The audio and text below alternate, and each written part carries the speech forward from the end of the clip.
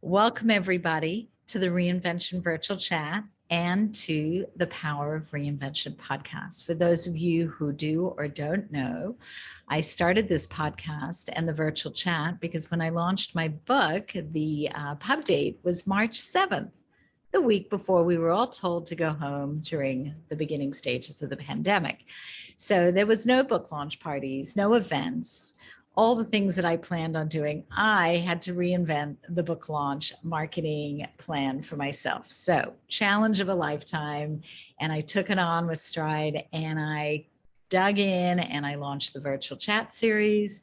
A year later, I launched my podcast. We probably interviewed over 300 people over the course of the last 2 years.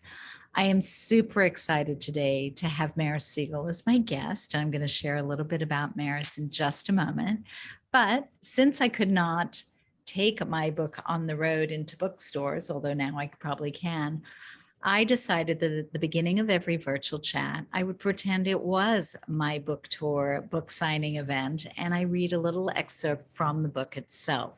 So, as would be appropriate for today's conversation, I am going to read a little bit from chapter 4, which is the balancing act, which is ironic because Maris and I decided that maybe balance really isn't the right word for what we're trying to do in our lives. But we'll talk about that a little bit later. However, this particular piece of the chapter is called Gut Check. In order for life to be truly fulfilling, our actions and priorities must align with our values. For instance, when we spend a lot of time doing things that don't resonate with us, things that don't allow us to see our values in a meaningful way, we become frustrated and unhappy. Unfortunately, this is a reality for so many of us. We spend our days slaving away at the office for jobs we don't care about, coaching or carpooling for a multitude of our children's activities, socializing with people we no longer feel a connection to, or attending events that have no meaning for us. Part of assessing your life to determine if you would benefit from a reinvention means asking yourself the tough questions and giving the tough and honest answers. The only wrong answer is a dishonest one. We've already started the question and answer process in the very first chapter of this book, but reinvention requires an ongoing assessment. Indeed, introspection will be your closest companion on this reinvention journey. So take a few moments to dig deep and answer the questions. They are designed to help you identify what you value.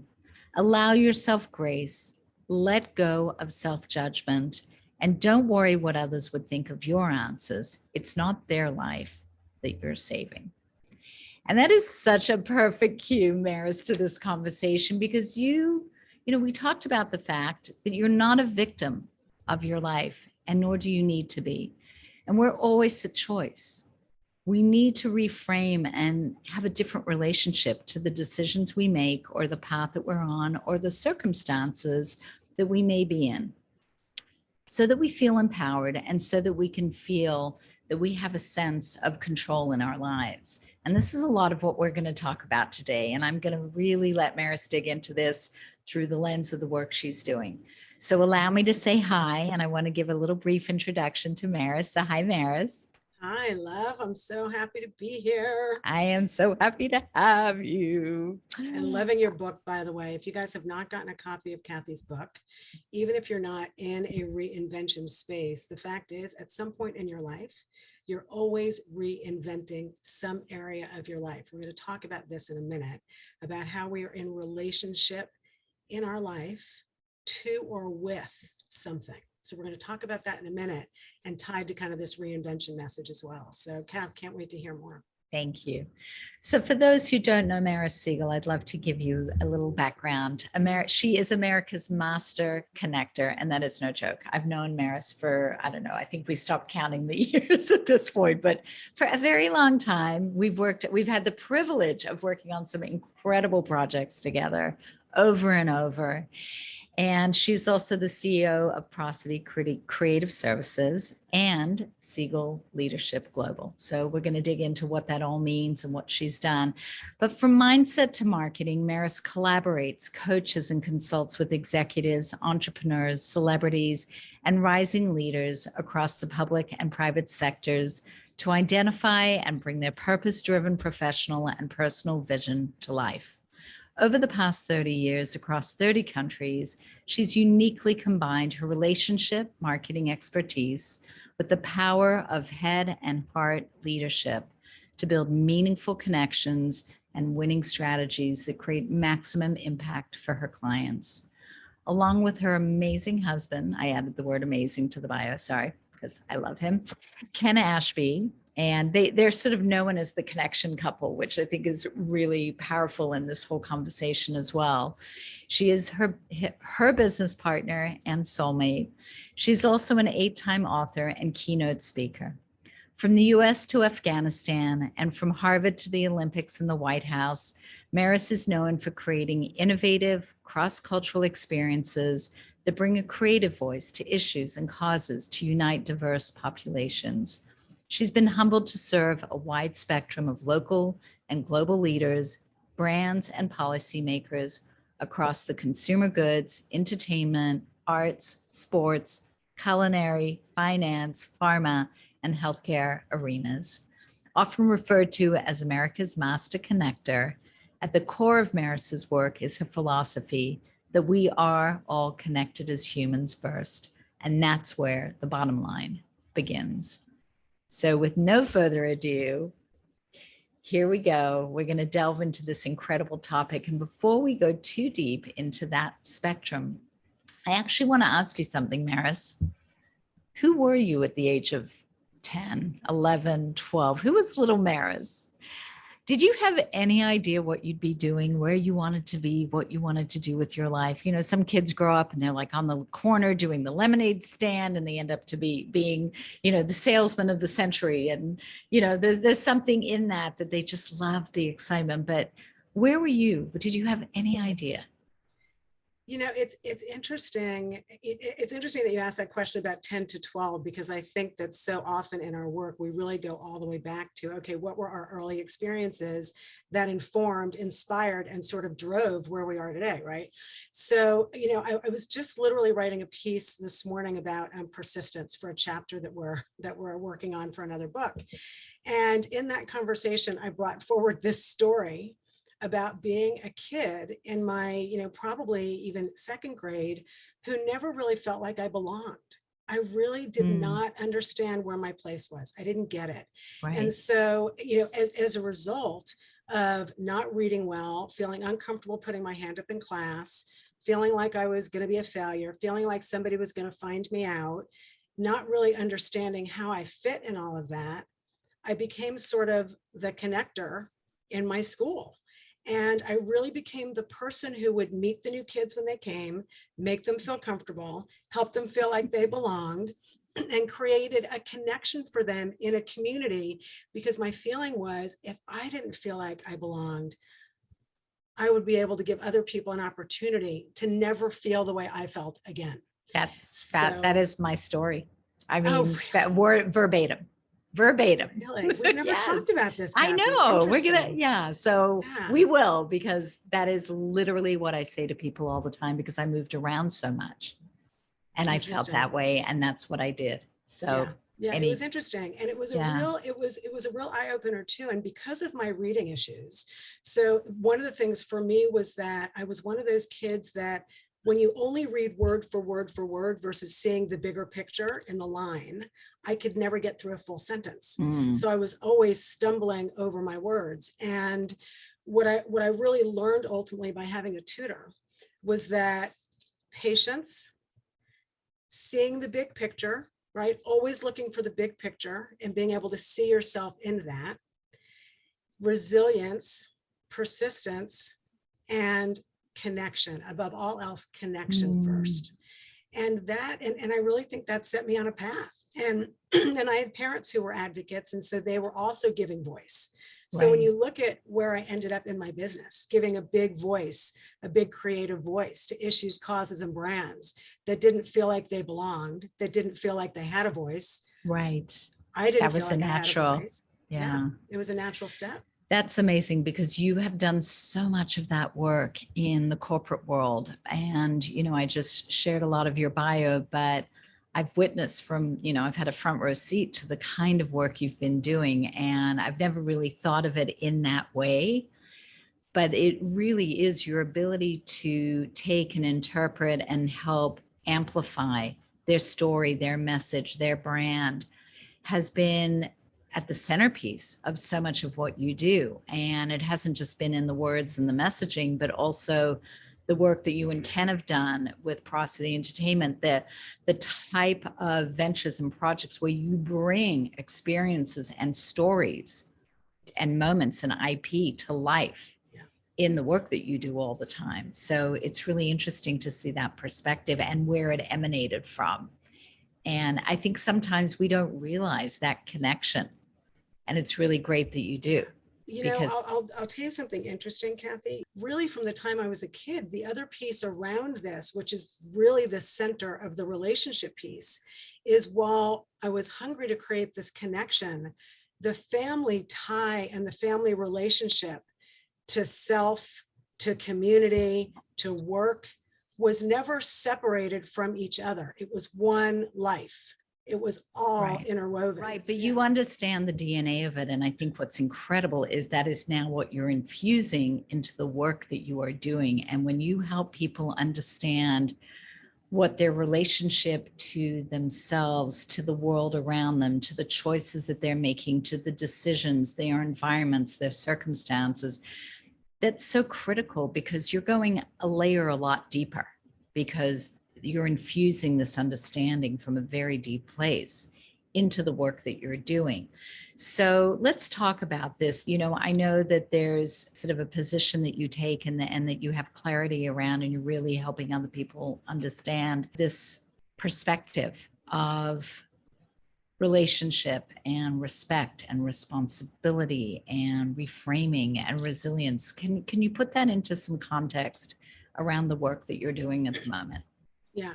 So over the however many years I've been in, so 30 plus years across 30 countries, crazy, right? And probably we were playing with impact numbers the other day, somewhere in the round of like 20 million people, reached with a good bit of the work that we've done. And that's also largely because it's included people visits and kind of large scale cross-cultural experiences. And it's interesting because I feel like my whole life has been one big study and survey to bring us where we are today, right? And the study over 30 years in 30 countries, working with 30 different cultures and all different types of people from start to finish. What's really become clear is that we are all living in this rhythmic space in our lives. Ken is a singer-songwriter, and we've really spent time navigating this rhythm of our lives. We choose the rhythm of our lives every day. We choose if we're going to wake up in the morning and be in this head-banging, crazy, schedule, or if we're going to be in, hey, we love rock and roll, we're going to be in this kind of cool, funky rock and roll space, or if we're going to be in this deep, dark violin pulling ourselves down into the darkness. So one of the big things around this that we have really identified is that, one, people are hungry for connection. It starts with connection. Two, relationships, whether at home, whether in your business, whether in your community, it's one life. It's not relationships over there, relationships over here. It is relationships. And the fact is that we all live in a rhythm of relationships in our lives. And the rhythm includes respect, responsibility, reframing, and resilience. So if you look at each of those in all areas of your life, your business, your community, your family, whatever that looks like for you, and you look at the rhythm of your life and say, okay, I wake up this morning, I get to choose. If I am really standing in respect, and if I am really offering respect to others in my family and my business, how am I showing up? Am I showing up with trust and gaining trust? Yeah. Am I showing up with integrity? Am I showing up valuing and walking into the room with people I care about on my team as a CEO? Am I leading with gratitude from a space of recognition and awareness that says, thank you for being here. Thank you for being in this space. You know, it's why we talk about we're people first, and that's where the bottom line begins. Because when we connect on the human relationship side, and you step through respect, and then you step through responsibility. Responsibility is, I get to be impeccable with my word. I get to be in integrity with my speech and with how I'm treating other people. I get to listen, right? So I get to be accountable. The accountability piece is huge. And then you look at, there's always change. There's always craziness in the world. Look at the last couple of years, whether or not it's reinvention, whether or not there's death in the family, there's life in the family, there is always an opportunity to reframe, to look at something from another perspective. And these are all choices we get to make. And then from a reframing space, we rise through in a resilient space. We shift, we recognize that we're not victims. This has happened for us, and how do I get to gain from it? And then how do I get to be in service to others? So the idea of a rhythm circle in our life, respect, responsibility, reframing, and resilience, really captures all the choices we get to make in living an incredibly productive business life and an incredibly beautiful, thriving life and thriving planet. It's amazing the way you connect the dots between all of these pieces that are such critical pillars of the way we choose to move through life. One of the things I get asked a lot in these conversations is, what about the person who truly believes that they are, maybe they don't look at it as a victim, but they will say, I don't have a choice. I'm a single parent. I'm holding down 2 jobs. I'm raising 3 kids. I'm trying to go to school so that one day I can do X, Y, and Z. Someone in that space says, oh, this all sounds really nice. But I think it's really important that we recognize and honor people who do feel that, because those of us that are here today that are enjoying this conversation, many of us are in a place where we're open to doing the work. We understand the conversation, the possibility, the opportunity. We recognize there are challenges in our lives. How do we help the person that doesn't feel that they're in that place? How do we help them reframe and feel like they have more of a relationship to themselves and those opportunities? So, I mean, it's a great question, and I want to just call something forward and just spend a minute on something that you just said, which is really important to how we're talking to ourselves, right? So the reason we do mindset and marketing is because mindset is not just of the audience we're serving. Mindset is us. It all starts here, right? So when we're talking about we are all in relationship no matter what. We're all in relationship. It just is. We're in relationship, family, our clock that goes off in the morning, the craziness in the day. We are always in relationship. The question is, are you in relationship to something which is coming at it, which is very sort of one-sided, and we're reaching for something or we're chasing something, right? Versus being in relationship with, which offers an energetic exchange that moves through. And so I say that because you were just talking about relationship too, and it's interesting, language really matters, right? It really matters. And to the person who is literally, I am mentoring someone right now who is the person you just described. Okay. And so single mom, 4 kids, 2 dads to the children, not connected to any of them, has just moved somewhere, is really working. And this is a person who we are constantly exploring. What does life look like when you don't sit in a space of victim and it's happening to me? Yes, it's happening. But what could shift if you looked at it from another perspective that said, this is happening and here's the choice, here's what I get to do about it. Yeah. So it's coming to a space and really recognizing we have a choice in everything we're doing. Now, that being said, This person had also been through a very traumatic childhood, and rape and all kinds of horrible things. When you're in that moment, it's very tough to be in choice because it is happening to you. Yeah. So it's most important to recognize those moments and how they are shaping you in your life, but not to become a victim to those moments. Right. Because once those moments happen, we have the ability, whether or not it's in our professional, a really $4 million deal got done. I mean, and I want to be clear, I had an opportunity and I had a $250,000 a year job that lasted 6 weeks. And it was done. I could have experienced that in a lot of ways. Yeah. And I chose the alternative. So when somebody has all of that going on in their lives, the first thing we want to do is we want to recognize who they are as a human. Yeah. To be in gratitude and say, I get it. I hear that. But what we do in the morning when we're doing our sessions is, okay, what are you grateful for today?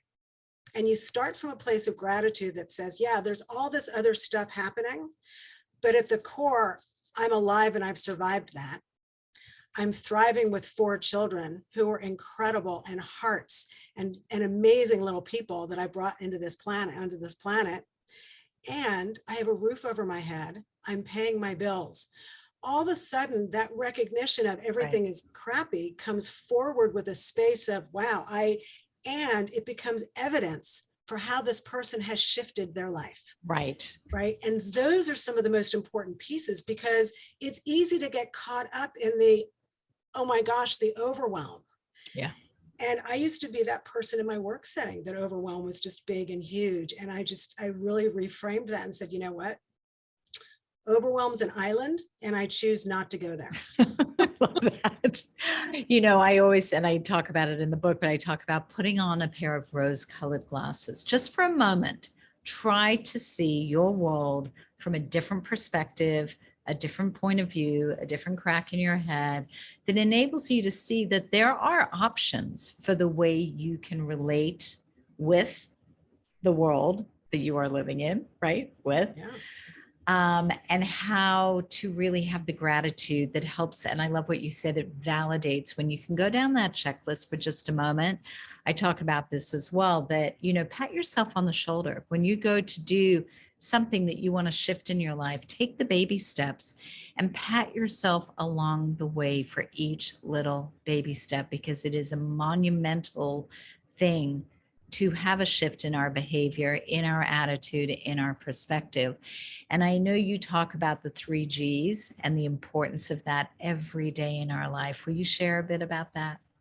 Yes. So during COVID, we were all, okay, what's today going to bring? What's today going to bring? And there was this constant sort of question. And one of the things that really kept coming forward for Ken and I, and especially in our coaching work, was, I am so grateful. Like every day would come and we'd say, we're so grateful. We're not sick. We're healthy. We're moving forward. So a couple of years ago, we started this practice, and it's the 3 Gs in the morning and at night. So we wake up in the morning. You can all do this, whether or not you're single, whether or not you have a partner, whether or not you do it with your business team. So we've coached our clients into doing this across the board. And you say good morning. If you're on your own, you can do it in the mirror. If you're with a spouse, you turn to your spouse, your partner, you say good morning with a big smile on your face. And then we do a meditation. We do a grounding, which is usually about 10 to 20 minutes. And then after the grounding, we say, what are the 3 things we're grateful for today? And that's whatever is kind of, we know is showing up in our day.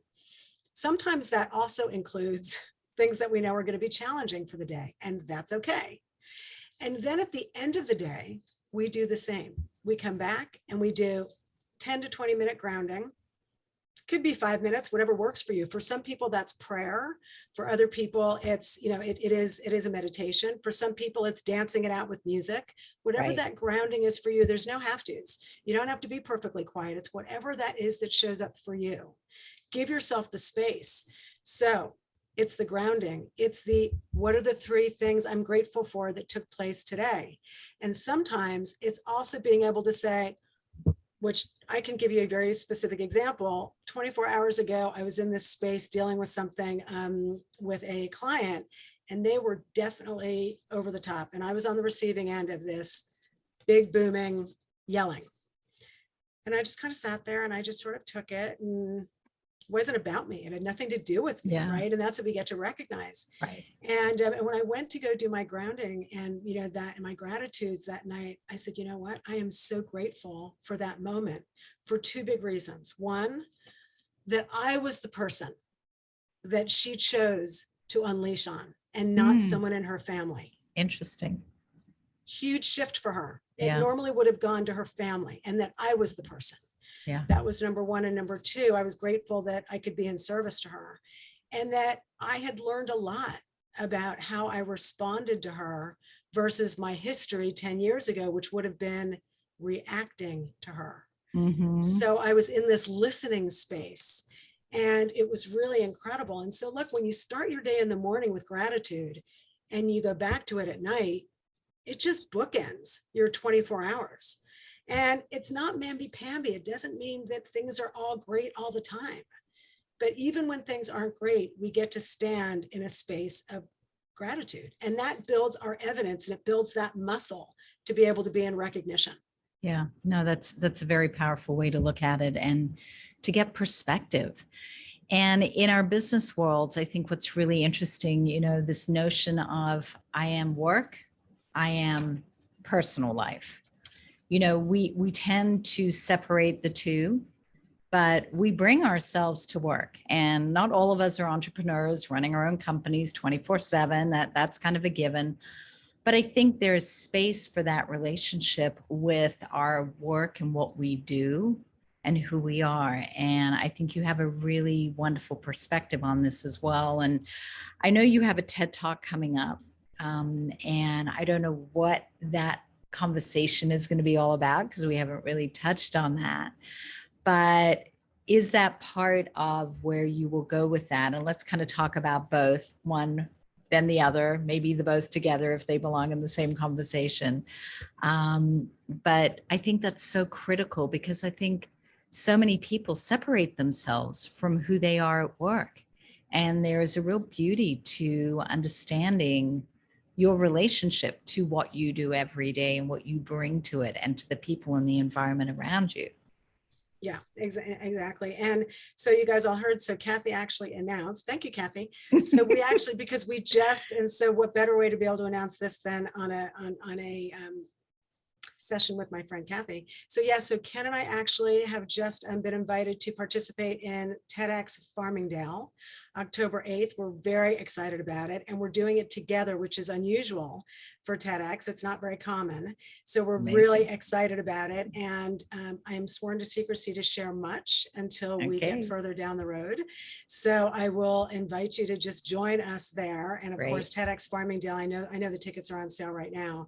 And we are so Farmingdale, humbled. for those around the country who don't know where Farmingdale is in what? Long Island. It's New York. Thank you. Okay. It's New York. Perfect. And so we are honestly, we're so humbled by the notion of this, and it's such a gift because that Ken and I together, we for years have had the work we've done together. It's been remarkable, but we also have separate lives, and then we come back together, and it's just, people have always said, and for as long as we've known each other, through my divorce and into now my soulmate, my first round was my practice round. What I really learned so much about all of this is that Ken used to laugh about having a weekend wife and a work wife. Yeah. And over the last 5-6 years, we really made a commitment together to live an integrated life. And so the big difference is that it's not over there and over here, right? So we get to be present all the time.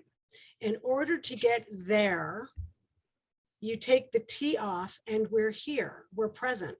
Ooh. And if we stay present in the space that we're in and stand in a space of gratitude, recognition, respect, responsibility, perspective, reframing, resilience, and know that everything we have is inside of us, then we also know that how we're showing up outside is pretty much how we're feeling about ourselves inside. And that doesn't change in your business and work environment. And that doesn't change when you bring that home. What does change, for those of you who might be in a relationship and you think, yeah, well, I'm actually a little bit different with my spouse by ourselves than I am when we're with friends. That's not the case for my husband and I. I mean, we are who we are, and that's who we are. But we all have friends that we've seen, wow, you guys as a couple are really incredible, and we might know them really well, and they have a hard time together at home on their own. Yeah. Or we might have those relationships with people, and then we watch them show up at work and we think, sorry, I don't know that tyrant. I know the other person who's remarkable and respectful and loving to her husband and friends, but who's the tyrant showing up? Interesting. Right. And so the fact is, from a business perspective, and this has kind of been our study over the last 30 years, is that it's not a life over there and a life over here. It's one life. So our choice in showing up in it as that one person, faceted, many faceted, is also how we learn to navigate how we show up with our teams. It's exactly the same. And when you walk into a room as an executive and you don't connect with your teams, and you don't have a sense of what they do, and they don't have a sense of the vision of the company, right, they will be disengaged and you will lose them in 6 months to a year. So do you find that in this new corporate environment of hybrid work from home, working over Zoom, getting back, being around in the office 2 or 3 days together, being completely remote all the time? I mean, we've got such a different environment that we're now taking everything you're saying and needing to apply it to. We've been doing a lot of sessions, a lot of podcasts, a lot of conversations and interviews on this topic recently, and it's really a very interesting conversation and topic. So how do you overlay the environment that we're all working in now to this conversation? So here's what's funny about this. Ken and I have been living a hybrid life for about 20 years. Yeah. So, so here we came into COVID, and granted, the difference is we're all showing up in boxes in different ways. And so, yes, we get that. So the idea is, can we, and how do we create relationship from the box to the boardroom, to the coffee room, to the office room in general in the big bullpen? How do we do that? Yeah. And how we do that is by creating connection first, right? What does it look like to create connection with people who are in different environments? What does it look like to understand and meet people where they are? Because one of the issues we're dealing with is not so much that it's hybrid. It's how the people in the office now who are going back to work are also feeling about people who are still being given an opportunity to work from home, even though the people in the office chose to be back in the office. So it's interesting, right? It's an interesting balance. Yeah. So, and in fact, coaching a corporate team right now, part of the conversation has been, you've given your team opportunities to choose. They've chosen a mix of being in the office and working from home. We get to really communicate and hear from them how they as a team feel about it and what they think the best way might be to navigate it. So we're in an environment now where all of a sudden asking our teams and engaging them in a different way has really been created because of Zoom. Yeah. So in a lot of ways, we've engaged our teams more over the last couple of years because you can't hide in a meeting room at a big table in person. You're on the box. I see you if you're nodding off, if you're not paying attention, if you're losing attention, right? Yeah. Yeah. We see that. So it's created this new space of energy that's given people a new place to be heard and be seen. Yeah. So the goal then is to really, in the business environment, 1, create the connection. 2, absolutely be clear that you're following the rhythm circle, that everybody feels the value, the connection, the communication, that they also feel safe, maybe for the first time, in communicating in a vulnerable way.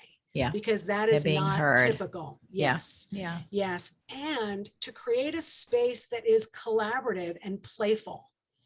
And one of the things that Ken and I have created is a program called One Song, where we go into corporations and work with individuals and teams to actually write a song.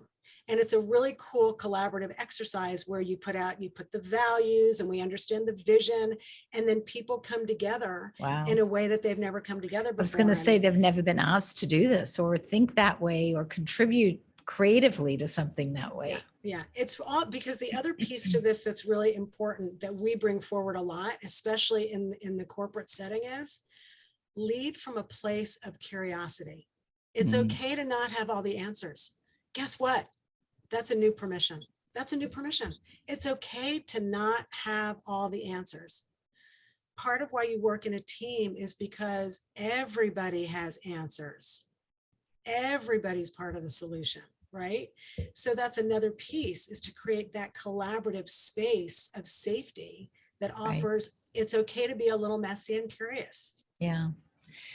Incredible words. That is such a quotable quote. That one's going to end up most definitely on content on social media, but speaks volumes to your perspective and the work that you and Ken are doing, and the work that you are doing with Segal Leadership Global, and in your consulting with companies, with small groups, with all these different entities that you're working with.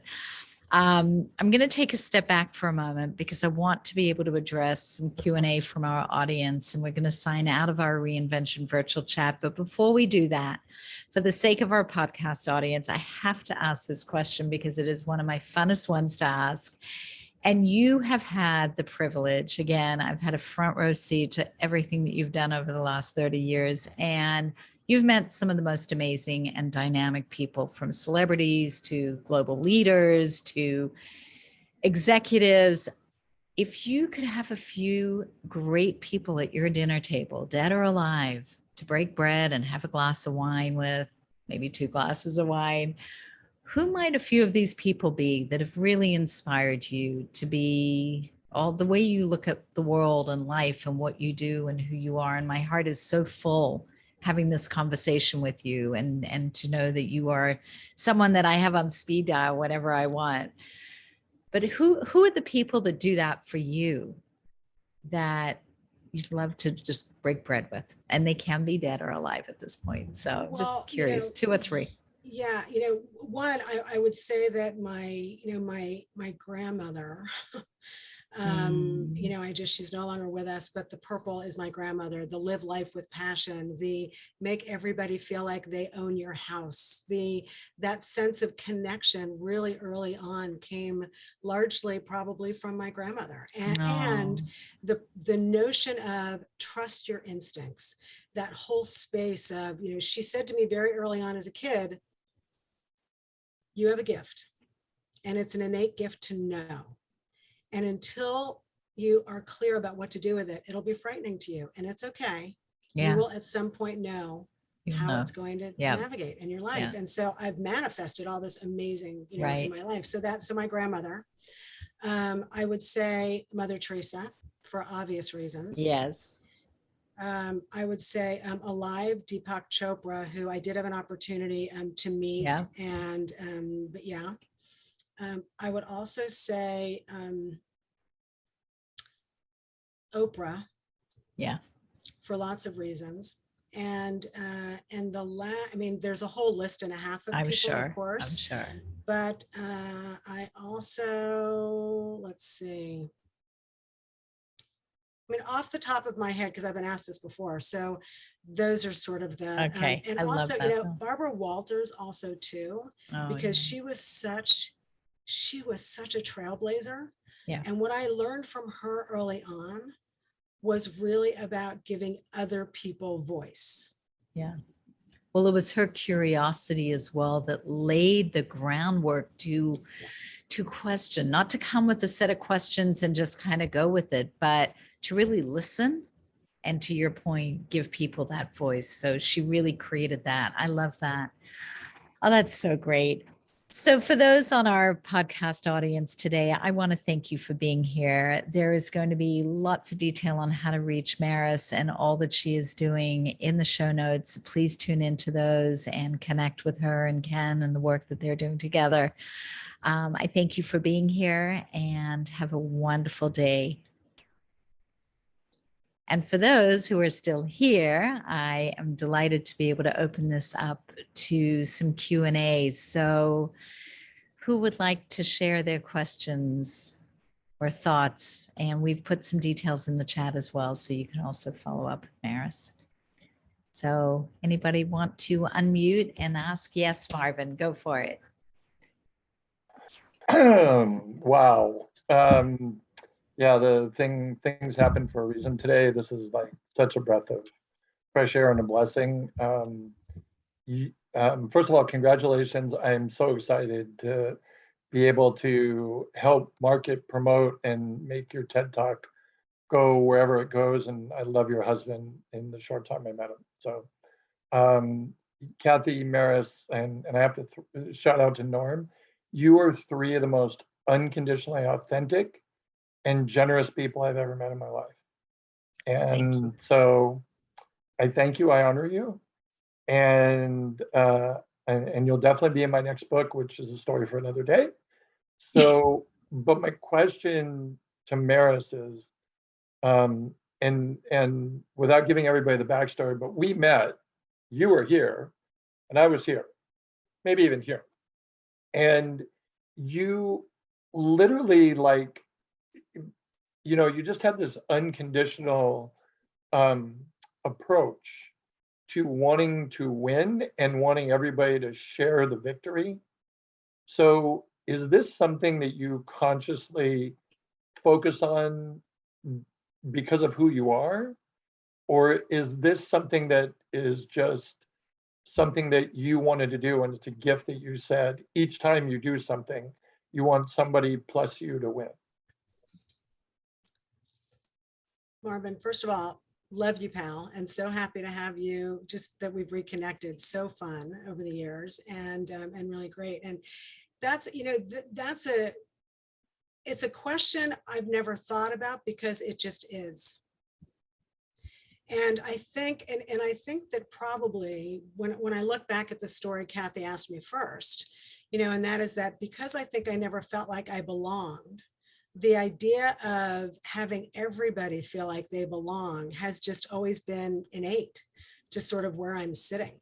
And I think that there were times, my ego got in the way, there's no question. And when it did, I knew I was in trouble.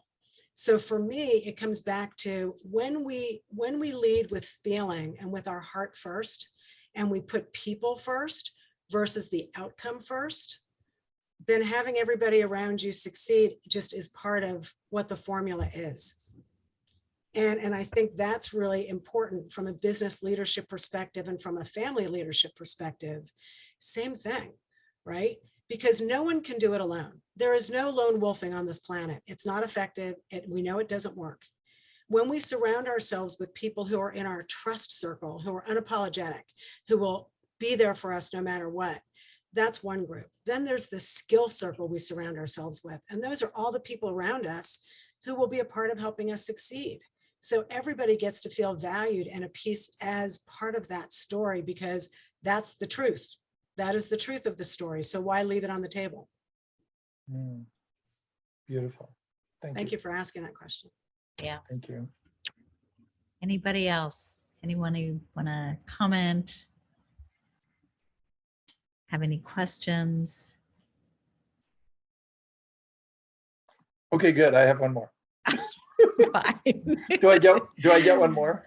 You get as many as you like, Marvin. Oh, oh, good. Okay, but this is more about you and Ken. Like when I met Ken, I could see like how you make each other better. What was the first moment where you said, not only can we connect as people personally, but we can also connect professionally? And which one came first? Good question. I was actually, so we were both in the international youth leadership organization called Up With People. And I met Ken when I was on their board of directors and had worked to launch their alumni association as a volunteer. And so Ken and I connected then. He was singer-songwriter whose music we were performing on stage. So I knew him that way. So I knew him in that environment. And there was never, we never dated. He was married, he had kids. It was a whole other life.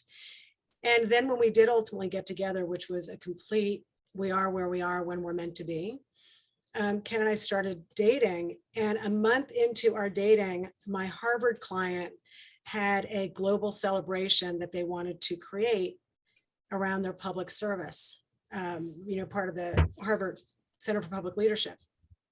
And so I was hired to really work with them on message creation, connection, experience. What was the whole thing going to be? And at that time, I turned to Ken and said, hey, want to help me on this?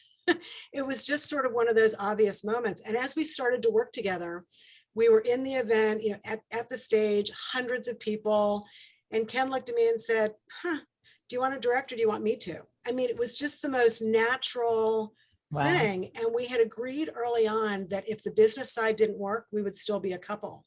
And that was really that moment in time. And so what's been remarkable since then is, whether or not it's been in a meeting with a schoolroom or in a meeting, with a governor, we share the space and we both bring strength to the table. And we used to really, people asked us all the time, how does it work? How does it work? And we'd say, don't ask us. It just does. And we don't want to analyze Well, it. you have so much respect for each other and you like each other. And it's so obvious when you're around the two of you that it's unique and it's special. And it's not necessarily for everybody, but it is so for you two. Yes. And it's extraordinary to witness. It's such a great question because Marvin, I've seen a lot of them together, both in the business and the personal environment.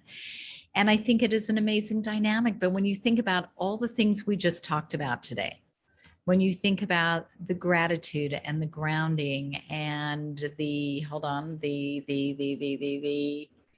good morning, the grounding and the gratitudes, when you think about understanding what our relationship with our world is and with our people is, not to, but with, which, is such an important difference in that one little preposition. When you think about the importance of understanding the dynamic of being able to reinvent some part of your life from a place of choice and not being a victim of your life, but rather, really feeling the power, having the voice, feeling the power and the ability to control the things that we can control and reframe things from a different perspective. Imagine two people in a relationship that have that understanding.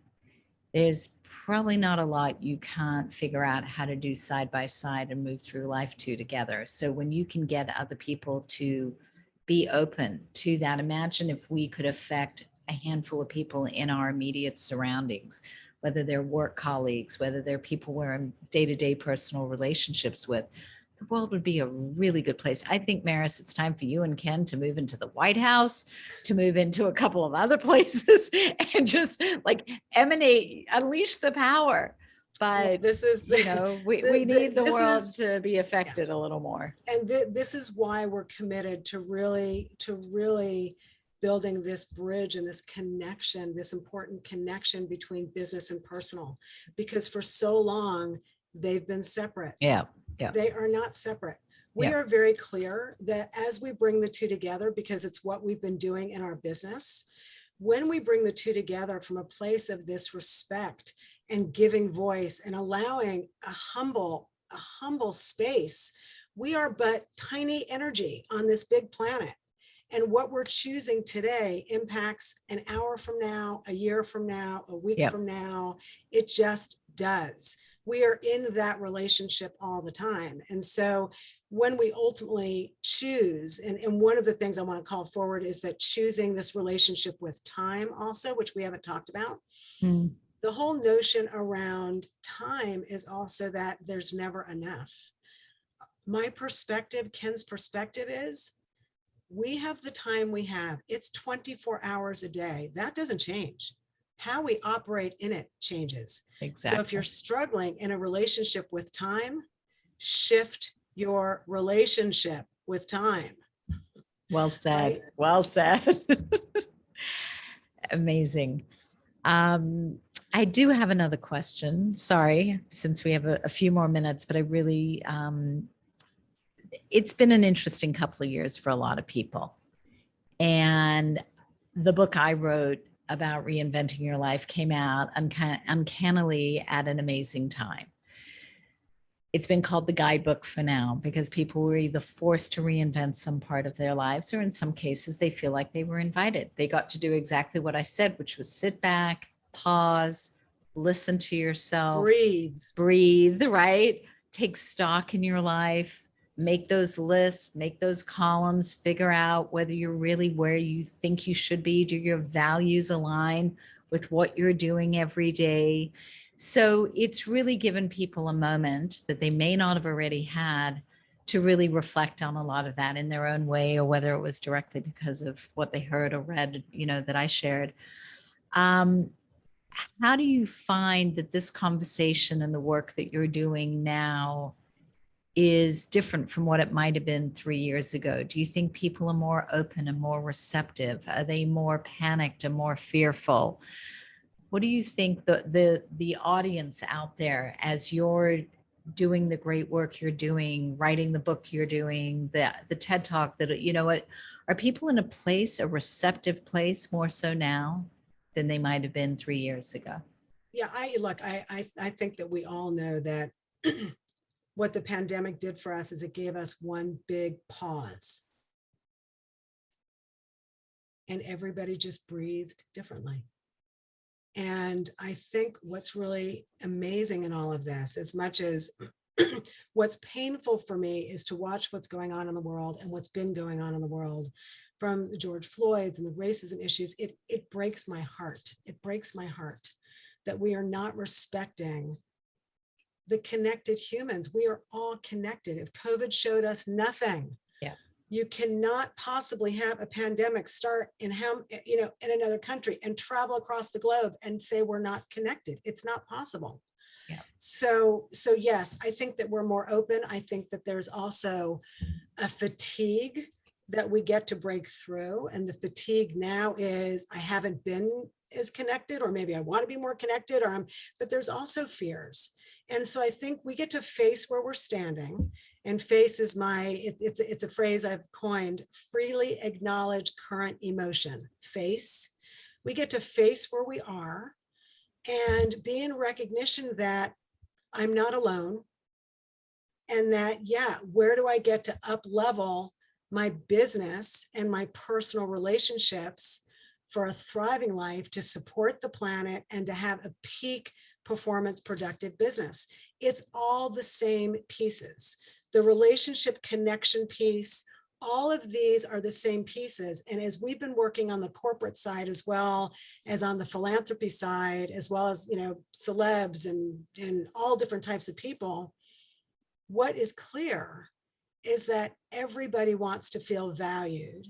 Everybody wants to create a connection that is something that has a long-term impact in their business life or their personal life. Mm-hmm. So if we're now much more aware, I think the awareness has been highly peaked, which is really powerful.